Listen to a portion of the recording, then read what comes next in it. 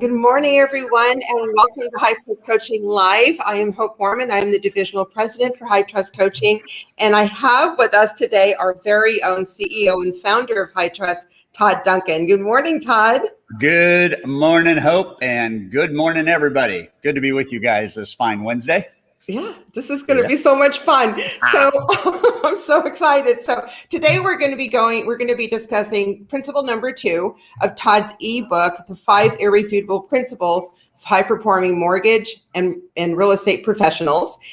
Todd, in your first statement in principle number 2, I'm just going to jump right in. So it says that if you own in totality principle number 1, that everything can be improved, principle number 2 supports the action to make principle number 1 work. Could you elaborate on that for us? Yeah. So first of all, thanks guys for joining every week and every Wednesday. We try to endeavor to give you ideas that'll make a difference in your business and life. And I think this 5 principles idea that we put together a couple months ago is really solid. So principle number 1 is, well, first of all, let's just start with the word irrefutable to make sure everybody understands that. Irrefutable means it cannot be challenged. It cannot be altered. It cannot be proven wrong. Irrefutable means it is right, it is truth, and it will always be truth. And so therefore then, I think the idea for mortgage and real estate professionals is to orient whatever actions they take, whatever methods they may use around the principles. The author of The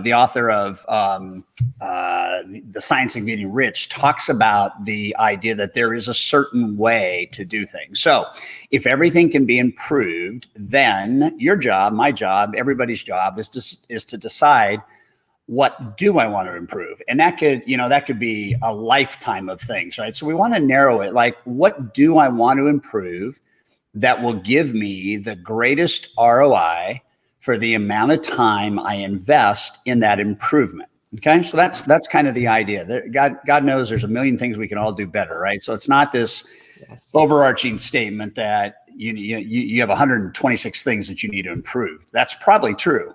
It's probably the same for me, but we've got to really get good. I hope you know this in coaching. We try to isolate which actions and which behaviors and which habits give us the highest ROI.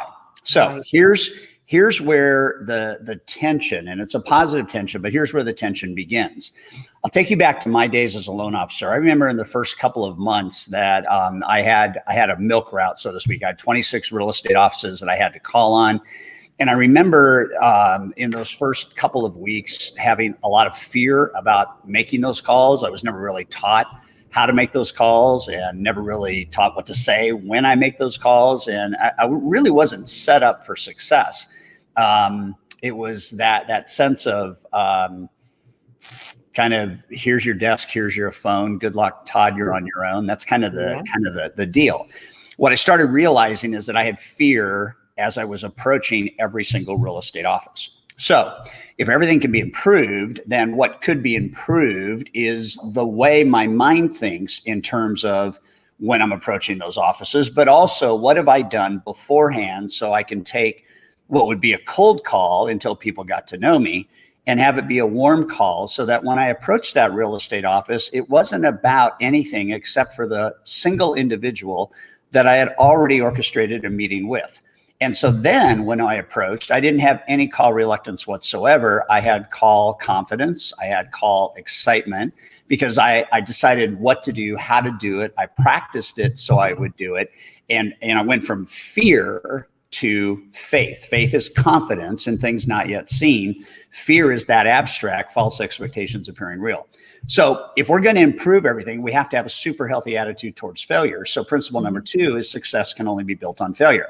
So the relationship, Hope, to your question, is everything in number 1 that you and I, you guys chiming in as part of High Trust today, you want to improve. It is going to take a really healthy perspective around positivity, replacing that word fear with a better acronym, which could be, face everything and rise, or feeling excited and ready. I was actually feeling excited and ready to make those calls once I knew how to make them.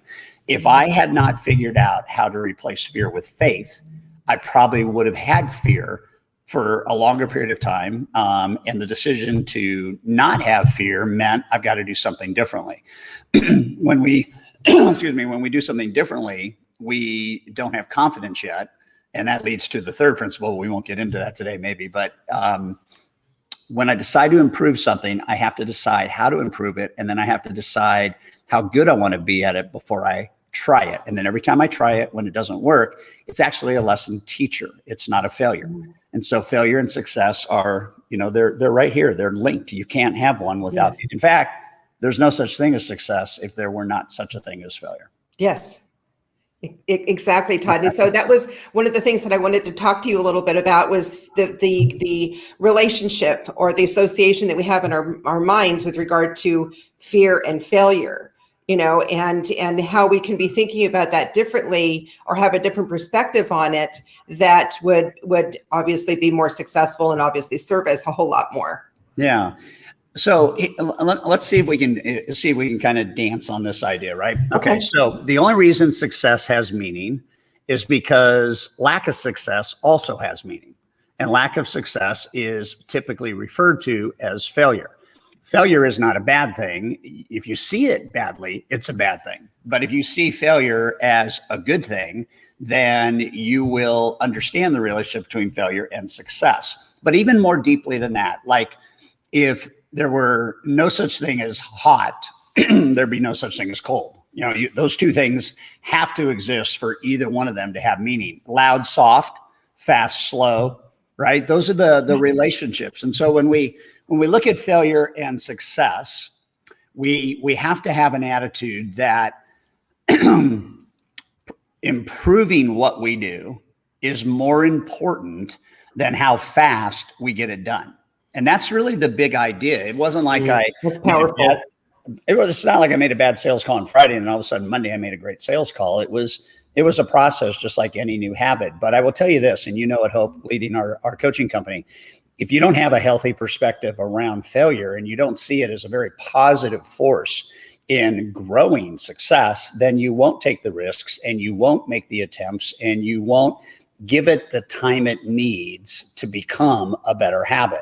And when we get to principle three is where the X factor comes in. And if you don't master principle 2, you're not going to have the X factor that comes out of principle 3. All of these principles are linked. Number 1 has to be first. Number 2 has to be second. Number 3 has to be third. Number 4 has to be fourth. And then number 5 has to be fifth. Yeah, that's so powerful. And, one of the things that I've been thinking a lot about, Todd, is that you discussed in principle number 2 that there is a certain mindset or 3 mindsets that a top performing real estate or mortgage professionals have. The 3 mindsets are failure is good, failure is positive, and failure is disruptive. Can you walk us through those 3 mindsets, Todd?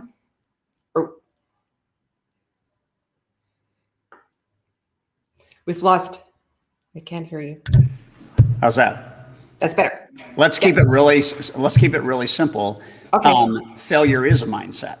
So how is failure good? Failure is good because it teaches you that the wrong way is the right way because you'll learn a better way.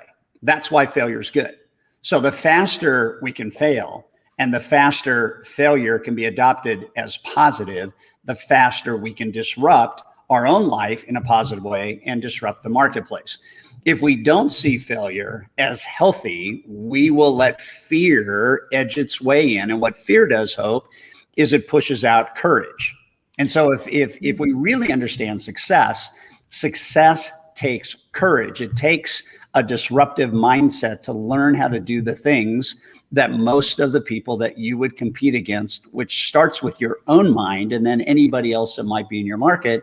It's disruptive when you can learn at a faster pace, you can scale at a faster pace, you can become consistent and competent at a accelerated pace. So the faster we get failure in this positivity mindset, the faster everything happens. And I think people miss that. And the one thing I'll say is the only time you will stop failing is when you stop trying, which is in itself a failure on its own.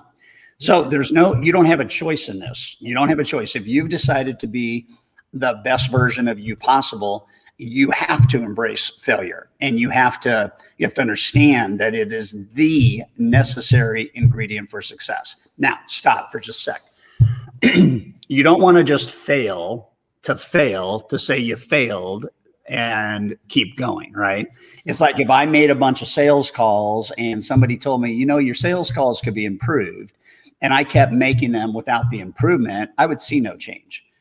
But I may not fix the sales call the first time I go out and try to do it. That's why learning and repetition and the law of the dress rehearsal in high trust is so important, because the better we get at doing a thing, the easier doing that thing becomes, the more advantageous we will be in the marketplace, the more attractive we will be in the marketplace, the more in demand and the more confident we will be in the marketplace. Mm-hmm. Everything in life is an experiment, but the key here is let's not just roll the dice.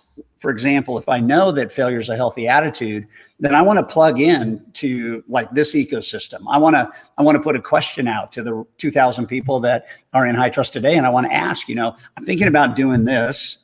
I know I'm probably not going to do it right the first time. Does anybody else have experience with this, and could you share? So when I was learning how to fly an airplane, I tell this story a lot. I was horrible at landing, and if you're going to be a pilot, you got to be good at landing. And it just took practice. It took practice. It took practice. It took practice. And I think it took me almost 70 landings. Some were beautiful. Some were ugly. Some were potentially near death. But what saved the day is I had a guy next to me that knew what he was doing.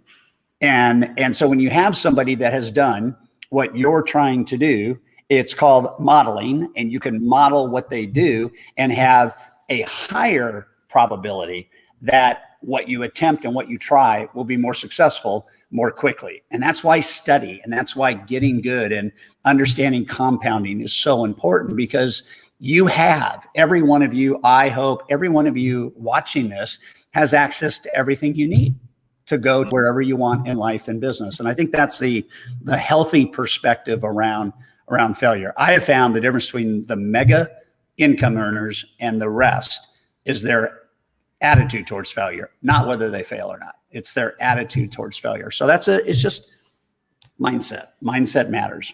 Yeah.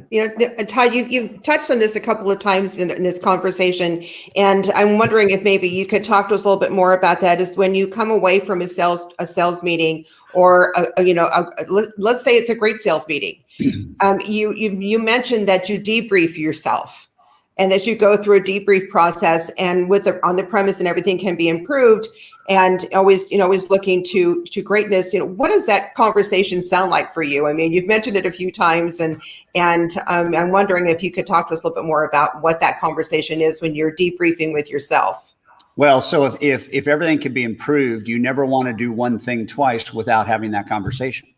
It's like if landings can be improved, if sales calls can be improved, if a coaching session can be improved, if the amount of money I make per hour can be improved, then what I want the delta between when I decide that I accept that principle and the time I try to improve, not be years. I'd rather have it be like an hour, like I do it, and now I debrief and I have that conversation. So It always starts with positive. Positivity rules the day. What did I do right? What went right? When I landed my airplane yesterday, it was a little bit pitchy. I'm going to tell you right now, it was left wheel first, right wheel second, and I was a little crosswind crabbing down the runway. And so I get off the runway, and before I even taxi to the hangar, I'm going, okay, I didn't have the crosswind lined up the right way. I came in a little fast, and I came in a little steep.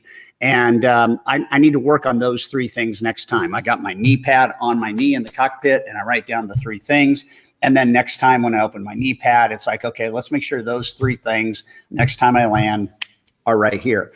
And I'll just tell you that the same is true with anything. It doesn't matter what it is. It's start with positivity. You want to anchor the things that work, because those are the things that keep you going.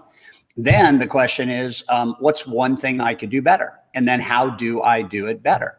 And let's get that in our head before we go about our business, because a lot of people don't stop long enough to do that analysis, Hope. And it's not like if it takes 5 minutes to do something, it doesn't take 5 minutes to analyze it. It takes like a minute. And so what went right? What went wrong? What am I going to do differently next time? And that's it.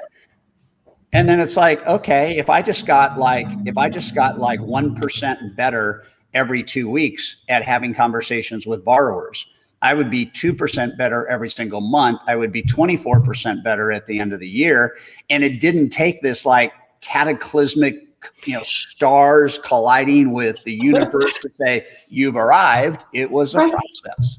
It was a process, and success is a process. I remember Zig Ziglar used to, a good friend of mine, I think he's been gone probably 8 years or so, but he used to say this line, he used to say, prospecting is like taking a bath. If you don't do it every day, pretty soon you stink. And I think what success, I love that. No, it's so funny. What success is let's do something repeatedly, but let's not let repeatedly wrong become the habit. Let's repeat it and just have that moment. What went right? What went wrong? What changes am I going to make next time? And then next time it should be better. And the time after it should be better. In just a little bit over a year can be massive improvements. But far too often we don't have that. We don't have that analysis. I want to say one more thing. And when you fail, give yourself grace. It's really easy to be too hard on yourself. Failure is a very good thing. Failure will expedite all of your success. So don't fear it, love it, embrace it, and don't make the same mistake twice if you can avoid it. Right. Thank you for that, Todd. Is when we fail, we'll give ourselves grace, because I think we have a tendency to bring down the hammer, right? And so thank you for reminding us to give ourselves some grace when we fail. Todd, in your book, High Trust Selling, the law of the dress rehearsals talks about practicing, or states that practicing your lines elevates the level of your performance. What does being game ready mean? Game ready is whatever is going to happen in the world in which you live. And that could be live personally, live as a business professional, live as a husband, live as a game ready is when the lights go on, when it's time to perform, and feel the confidence that you're going to be able to execute. It still doesn't mean it's going to be perfect, but game ready says that when opportunity arises, I am ready, not the other way around. When opportunity arises, if I got to get ready, I'm going to miss. And so an example, we were in Colorado 2 weeks ago. We had our elite coaching members there in Colorado, and you remember this, but we were talking about, the state of the real estate industry. We're talking about multiple offers. We're talking about how to get your offer recognized and how to get it accepted. And for a lot of guys and gals in elite, they were doing things that worked, but they weren't doing everything that worked. And so as a result of our time there, we did some brainstorming around video. We did some brainstorming around, how do you allow the offer to be seen in a unique and different way, perhaps even a digital kind of production, and so on and so forth. And that was new for guys and gals in elite, because the business is asking us right now, there's so much business because inventory is low and we got to win the day. The time to get ready is I got to have that figured out. So what one of the guys did is he said, here's what my agent and I do. And we do it via text. We want to make the handoff between the agent and myself seamless and fast and ready to go. And so we put that whole thing together. And then I got a video this weekend from that guy. And he said, Tom Sherman said, using the video process to get our offer accepted, we've done $3 million in business over the weekend. That's 2 days. That's $3 million in new loans over the weekend, because he figured out how to do a 30-second video. And it was, by his own definition, it was a little rocky. The second one was a little bit better. The third one was even better. And by the time he had done 10 videos, he thought he was pretty good at doing videos to get offers recognized. And so that's kind of the process, I think. It's just game ready is, it's just go back to the airplane. I better be ready to land. Yeah.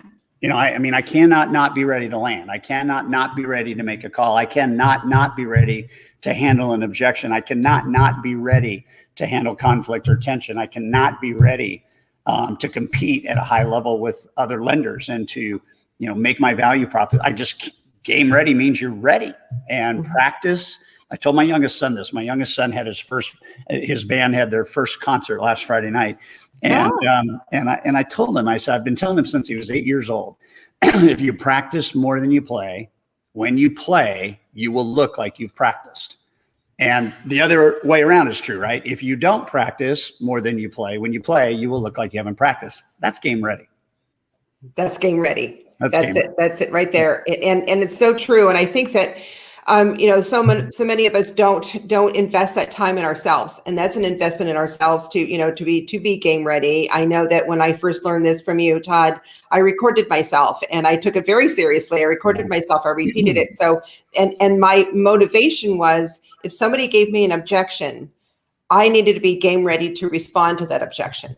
Not to cower away, not to say nothing or whatever those things were. I was going to be game ready for that objection. And if someone threw me a new objection that I hadn't heard before, that afternoon I would write, I would go into Mortgage Mastery Club and I would find scripting to be able to address that objection, so that when that came up again, I would have something to respond to. So, So let me just go ahead, please. Let me just dive in for a sec. So self-inventory is really critical based on what Hope just said. The idea of learning, growing, and getting better and having your best version of you emerge doesn't happen because you wish it to life. It does not happen because the stars align. You get what you get because you're ready to go to the next level. And so I would just say, because we can always get better, principle number one, and because it requires a healthy attitude towards failure, you've got to be looking at, where have I lost whatever by not being game ready? And this idea of overtraining, this idea of over practicing and role playing, this idea of just even having the radar to see visually the kind of that aha moment, like, wow, that did not go like I wanted it to go. It's okay. What am I going to do differently next time? And what are the ahas, and what are the personal observations? And we are a human organism, and we are designed for greatness. We're designed for success. We're designed to stay alive. We're designed to be above the ground. We're designed for greatness. And Zig Ziglar wrote this beautiful book, Born to Be Great. And so I think the beautiful thing, Hope, is we're never done. So here's what I would do.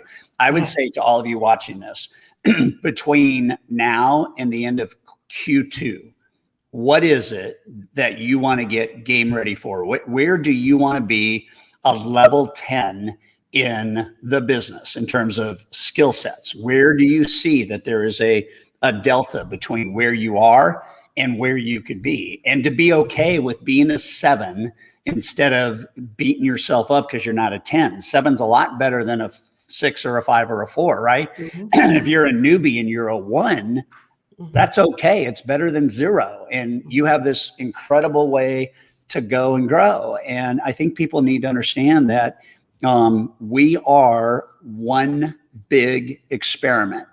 That's all we are as humans. But the deal is insanity, that age-old phrase, right? You're doing the same thing, expecting different results. We're designed to grow.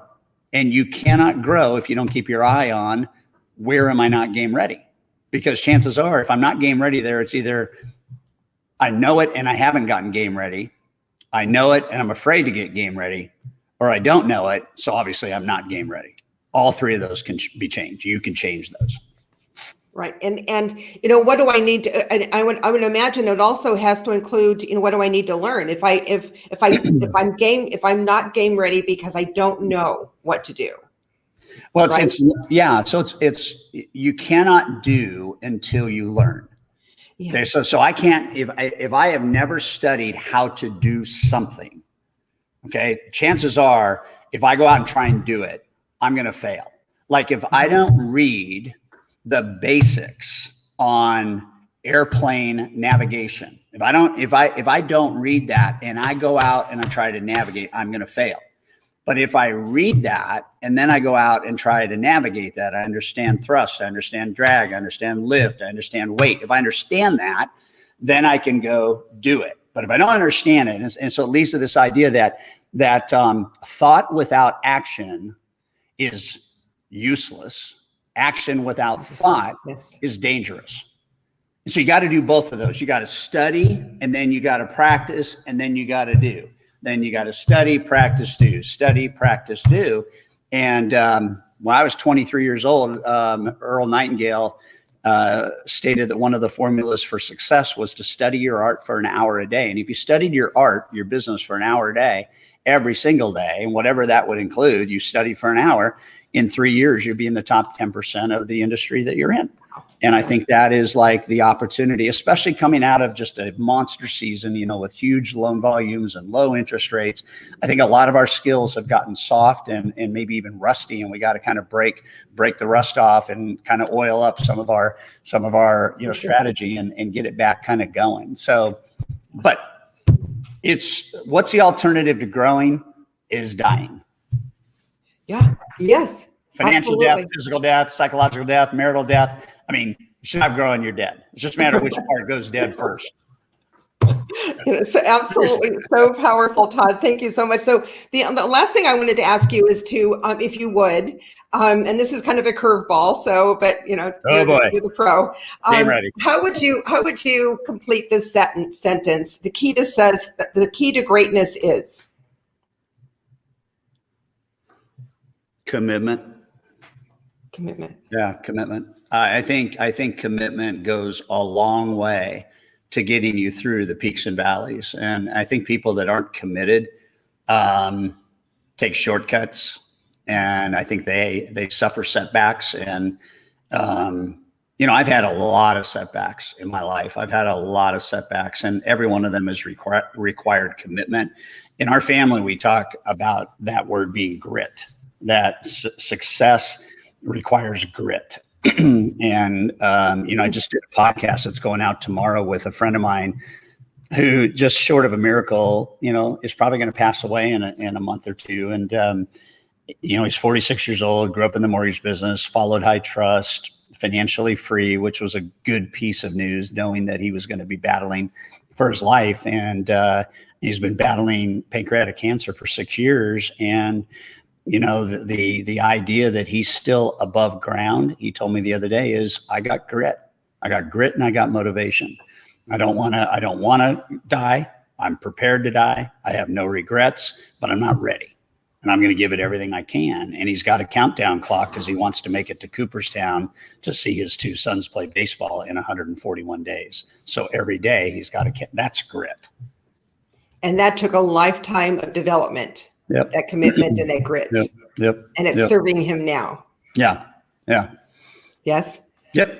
That's wonderful. That's amazing. So for our coaching members, I did want to, you know, kind of just throw a little in there for those of you that are coaching with High Trust. Thank you for being the very best part of High Trust coaching. If you are not, I highly encourage you to schedule a free coaching consultation, talk to one of our consultants, learn everything coaching, everything you need to know. And so I guess the last question I'm going to ask you, Todd, is when you're thinking about coaching, what would be the thing that would motivate you to move into coaching when you first started getting coaching? What is that decision that you made? Well, the decision that I made was I want to be my best. And my mentor said, if you want to be your best, you've got to invest. And I will tell you this right now, I've spent over $1 million on coaching, personal coaching. I spent over $1 million on personal coaching, and I think we've probably generated $140 million in sales.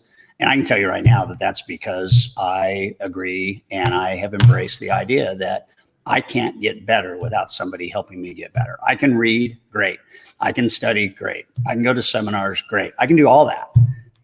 Okay. But if I don't have somebody guiding me, if I don't have somebody presenting the guardrails, if I don't have somebody giving me some boundaries, I will not be my best version of myself. And what I like to tell people is you lose more in a day than coaching costs you in a month until you have this figured out. And the ROI on coaching is superior to any other dollar you would ever invest, whether you're investing in cryptocurrency, the stock market, even if you're investing in real estate. The best investment you and I can make is an investment that we make in ourselves, because we can 2, 3, 4, 5x who we are and what we become. I mean, we watch people right now. I talked to somebody the other day that is averaging 3 days a week, made shy of $5 million last year, and is a loan professional that is probably in the top 0.25% of professionals in terms of capacity and aptitude and all of that. He's been getting coached by us for 10 years. He's not going to stop because it works. So come join us. I mean, be part of this. It's an amazing, amazing, amazing culture in high trust coaching. I hope you've done a marvelous job helping people win, including our coaches who are faculty members who give their time to help people like real estate agents and loan officers and managers win. So you got to invest in you. There's no shortcut. There is no shortcut to success. No shortcut. Exactly. And I think that's the decision, is you just kind of come to this place where you're thinking, I could be right where I am now a year from now, or I can do something different, engage and participate and commit to coaching and actively engage in it and have a completely different world. Well, I think the thing that everybody understands, this is not a sales pitch. It's just, you want to be your best. The reason you're watching this is because you want to be your best. The reason why you study the business is because you want to be your best. And we're never, ever done, even though we become great. I mean, our greatness fuels the next part of our vision. And I have never had a coaching call in 30 years of being coached professionally, and I've never had a coaching relationship. I go all the way back to my Little League coach at age 7. I've never had a coaching relationship where I haven't learned something, and that something is big. And so there's no risk in having a free coaching call. It's 30 minutes that could change your life and change your family's life. It's simple. Yeah. Well, thank you so much, Todd. It's always so exciting to have you with us, and you will be with us every month, at least the first of the month every month. So yay. And have everyone joining us today. Have a great day. Make it a great week. Guys. And we'll see you next Wednesday. Cheers. Be strong. Be Bye, everyone. Be fearless. Have fun. Yes.